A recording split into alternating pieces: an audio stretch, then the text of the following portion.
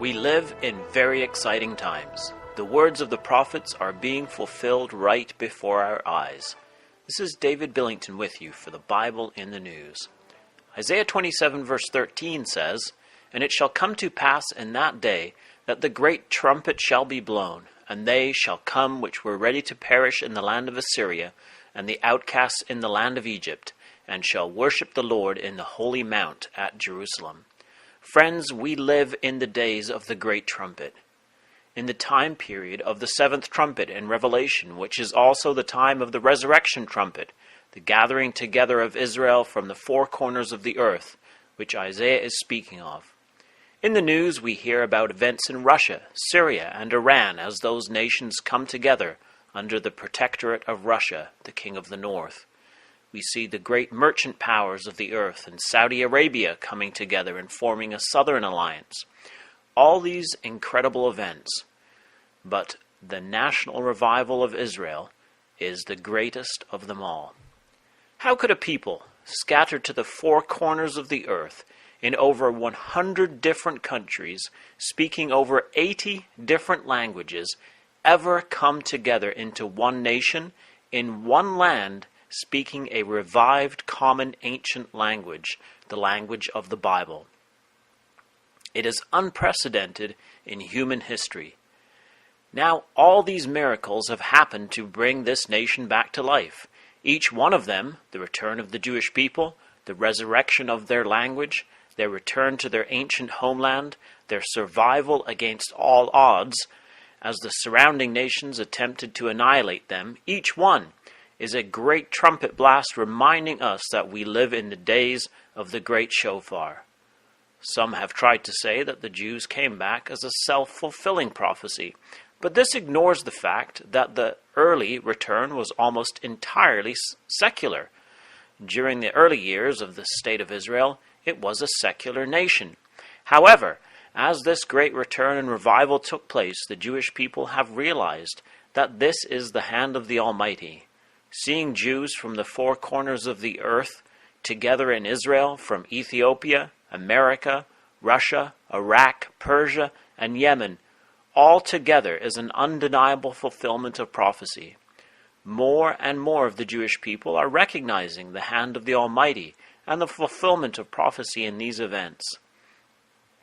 This week, I was really struck by a speech given at the Orthodox Jewish Chamber of Commerce in the King David Hotel in Jerusalem by Israeli Member of Parliament Yehuda Glick, reported by Israeli News Arutz Sheva, where he speaks about prophecy, how prophecy is fulfilling right before our eyes, and about his vision of Jerusalem being the future capital of the world. Ladies and gentlemen, it really is a wonderful miracle to be here. We can't take things for granted. We're sitting here in the Hotel of King David, in the city of King David. Ladies and gentlemen, we have to remind ourselves, coming to Israel, Anthony, is not just sightseeing. Coming to Israel is to see the words of the prophets coming out of the book, materializing and becoming a reality. You can tell Ezekiel, the bones ain't dry anymore. You can tell Jeremiah, Jerusalem is not isolated like a widow anymore. You can tell Zechariah, children are playing in the streets of Jerusalem. Ladies and gentlemen, the words of the prophets have come out of the book, and we are writing the next chapter of the book in our generation. We are seeing it happen with our own eyes. And we have a mission that Jerusalem should be the godly capital of the Jewish people and of the world. We don't need the world to recognize Jerusalem. We know Jerusalem is the capital of Israel. Jerusalem, every single Jewish couple who got married in the past 2,000 years swore to Jerusalem. Every Jewish family who celebrated Passover said next year in Jerusalem. So we know Jerusalem is our capital. If the world wants to be relevant, they will recognize Jerusalem. If the world wants to be relevant to reality, they will recognize Jerusalem, and they will have all their embassies here in Jerusalem. The state of Israel, the size of a needle hole on the globe, but still the leaders of all over the world know they have to come to Jerusalem, because Jerusalem is the city that unites all of us, heavenly Jerusalem and earthly Jerusalem. Ladies and gentlemen, I want to once again thank Arut Sheva, who unites the people around here in Jerusalem.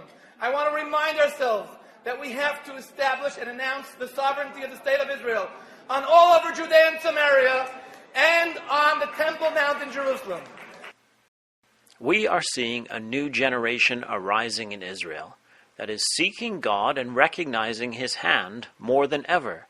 Hosea the prophet says in the 3rd chapter, "For the children of Israel shall abide many days without a king, and without a prince, and without a sacrifice, and without an image, and without an ephod, and without teraphim.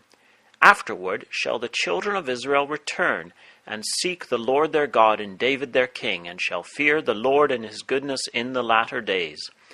Isaiah 30, another prophecy for the latter day, see verse 8, margin, speaks of the final great deliverance of Israel at the time of the great earthquake, verse 25. In this chapter we find a generation that cries to God for help and is heard by God, verse 19. Teachers are sent to them who show them the way, verse 20. And as a result, in the day of trouble they have the song and go up to the house of the Lord. Now listen to these speeches given by Ari Abramovitz and Jeremy Gimpel this October at the time of the Feast of Tabernacles, speaking to a large group who were about to go up to the Temple Mount. I have added in the translation of Hebrew phrases in brackets in the print version.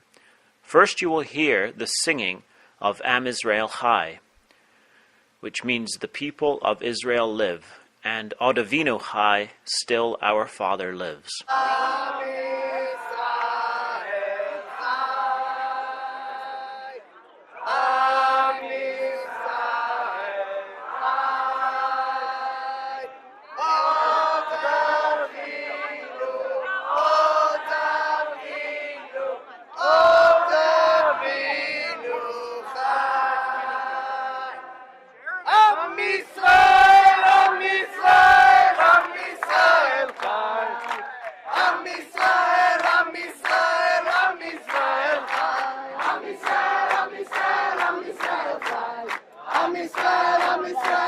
What a bracha already! I'm feeling the first raindrops of the year! Thank you, Hashem! There's no better time we could have chosen to come together right now and pray together and to go up on Har HaBayit than now on Sukkot. Why? What is Sukkot? Zman Simchatenu, the time of our greatest joy. And what brings us here if not joy? You know, while everybody here is welcome, there's a reason we issued a special invitation to English-speaking Olim. We said, did you make Aliyah? Then make Aliyah to Har HaBayit, because there's something beautiful about that Aliyah. What's so beautiful is that it's fueled not by running away from poverty or persecution, but running towards, embracing, desire, yearning, love. And that's exactly what brings us here right now. Desire, love, yearning.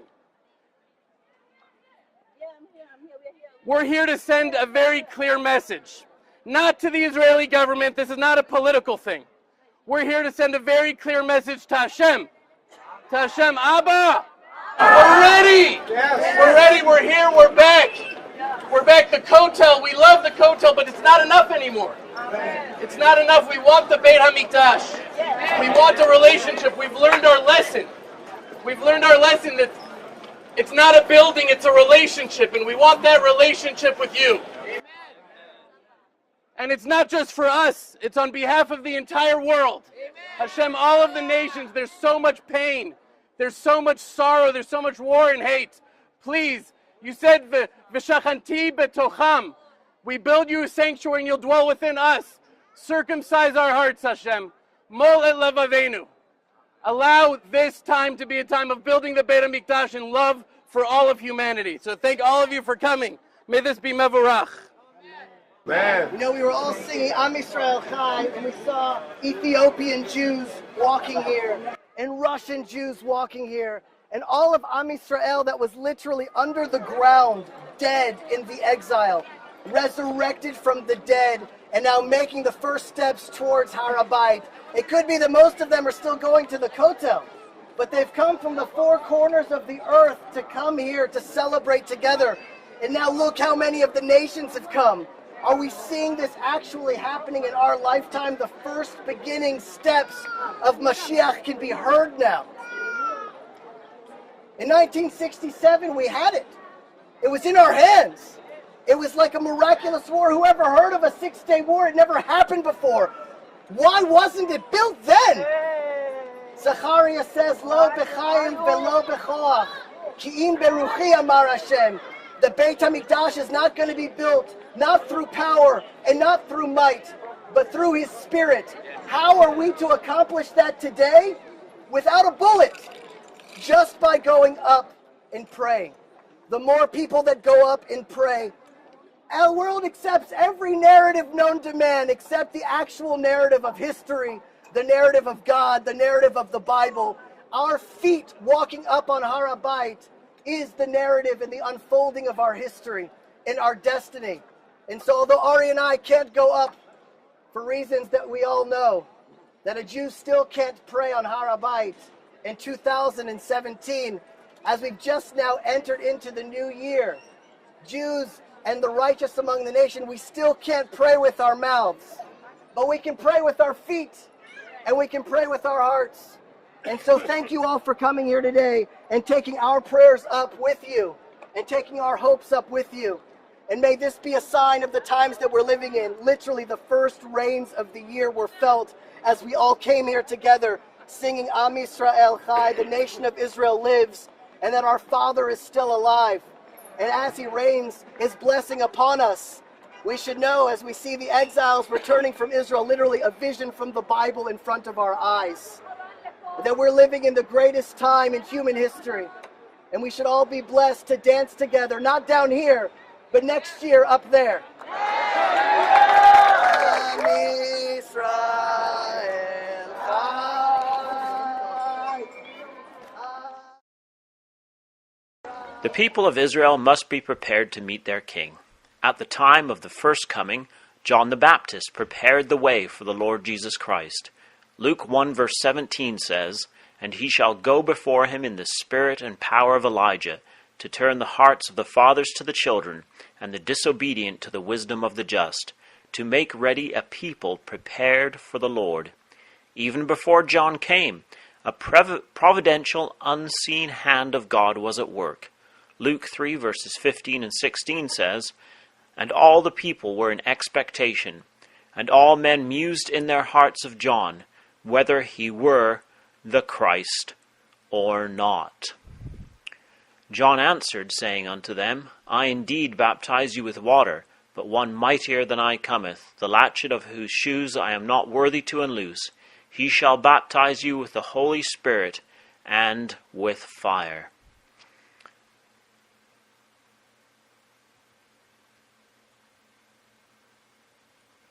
So it is in our day. It can clearly be seen that the people are in expectation. This is plainly evident for any who wish to recognize it. The speeches we have listened to prove this is the case. Therefore we ask, Abba, how long? Please come back next week, God willing, as we can again consider the Bible in the News at www.bibleinthenews.com.